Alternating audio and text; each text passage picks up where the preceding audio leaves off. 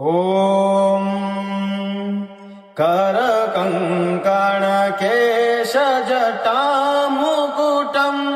मणिमाणिकमोतिकाभरणम्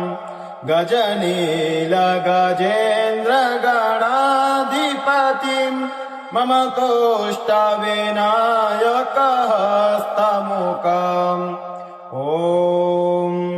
ध्येयः सदा सवित्रमण्डलमध्यवर्ते नारायण सरसिजासन सन्निविष्टा केयूरवान् मकरकुण्डलवान् किरीटे हारे हिरण्यमय वपुधृत शङ्खचक्र ॐ कुलदेवी नमस्तुभ्याम् कुलवृद्धिप्रदायिनी कुलकामप्रदे देवी सदा मङ्गलकारिणी ॐ नमस्ते कुलदेवेश नमस्ते भक्तवत्सला प्रसन्नो भव मे नित्यां रक्ष मां शरणागता ॐ हे जगतारिणी शोक निवारिणी सिंह सवारी को साजके आवो श्रद्धा का पुष्प बिछा है मारा हमें सेवा को मेरा सौभाग्य बनावो हे रुख सुख जो पुत्र के हाथ में प्रेम से माओ से भोग लगावो प्यासे है नैन दर्शन को तेरे कृपा के छवि एक बार दिखाओ ओम आशुतोष मोहमयी निद्रा से मुझे जगा देना विषम वेदना से विषयों की माया देश छुड़ा देना रूप सुधा के एक बूंद से जीवन मुक्त बना देना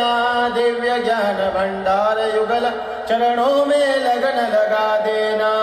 एक बार इस मन मंदिर में कीजे पद संसार हरे पार्वती पति हर हर शंभो पाहि पाहि दातार हरे ओम आशुतोष शशांक शेखर चंद्रमौलि चिदांबरा कोटि कोटि प्रणाम शंभु कोटि नमन दिगंबरा निरविकारोंकार विनाशी तुम्ही देवादिदेव जगत सरजक प्रलय करता शिवम सत्यम सुंदरा ओम रविराहु शनैश्चर केतुयुतम् गुरु शुक्र समर्पित पुष्पलता बुध भूमि निशापति शांति प्रदम ग्रहराज नमामि नमामि सदा।